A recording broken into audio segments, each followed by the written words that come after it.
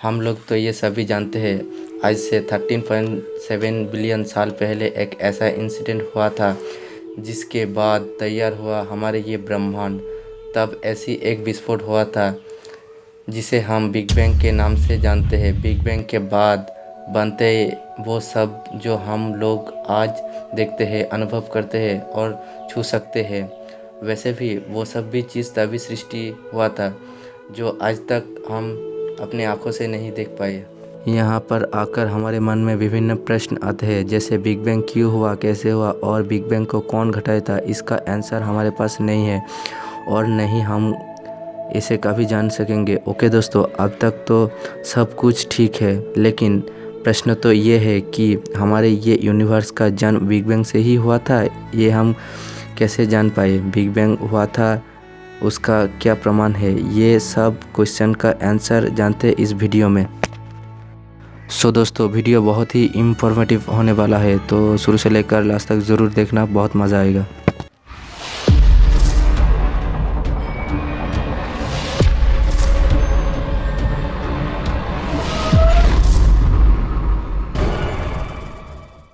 Big bang का खोज शुरू हुआ था सन 1608 में, जब एक डाच आई ग्लास मेकर हैंस लिफार्सी ऐसी एक चीज़ की डिस्कवर करते हैं जो कोई भी वस्तु को 3 गुना तक मैग्नीफाई कर सकते थे, और यहाँ से शुरू हुआ था टेलीस्कोप का। इसके एक साल बाद सन 1609 में इटालियन एस्ट्रोनॉमर गैलीलियो गैलीली अपनी पहली टेलीस्कोप का निर्माण किया था, और ये मानव इतिहास के सबसे महान कार्यों में से एक है। ये मानव जाति का संपूर्ण ध्यान धारणा को बदल देता है, और गैलीलियो का ये महान आविष्कार के लिए उसको फादर ऑफ टेलीस्कोप बोला जाता है।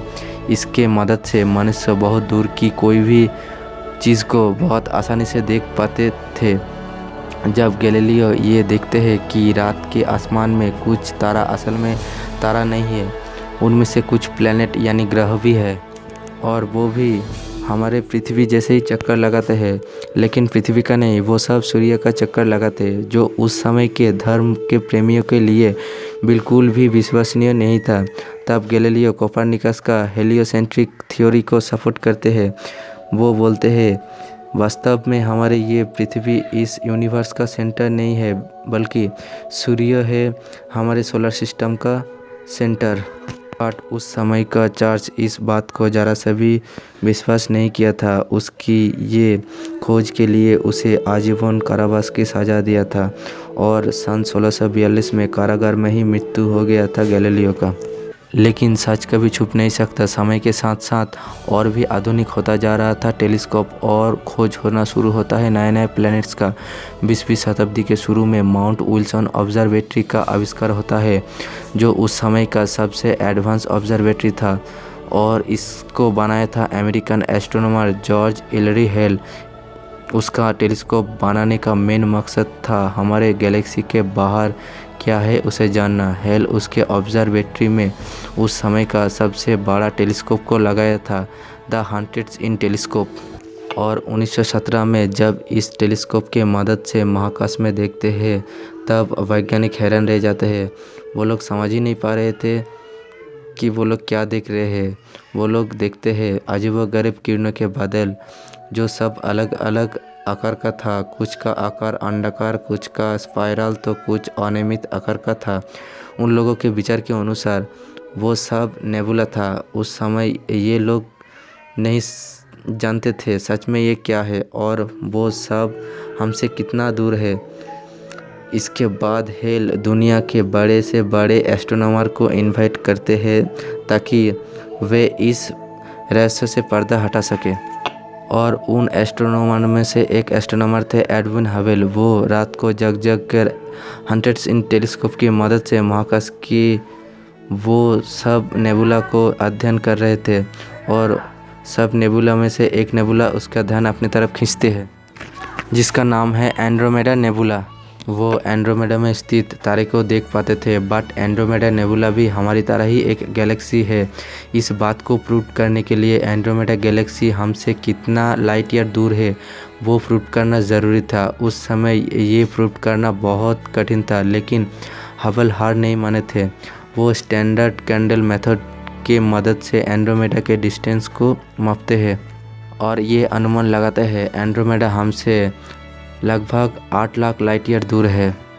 इसका मतलब ये दर्शाता है एंड्रोमेडा हमारे मिल्की वे गैलेक्सी के बाहर है, ये दूसरा एक गैलेक्सी है, यानी नया एक दुनिया। इसके बाद हबल और भी नए नए गैलेक्सी का खोज करते हैं। वो देखते हैं हमारे आसपास सब गैलेक्सी हमसे दूर चले जा रहे हैं, इसका मतलब यूनिवर्स फैल रहा है। हबल के ये खोज से जाना जाता है यूनिवर्स स्थिर नहीं है, ये हर टाइम फैल रहा है।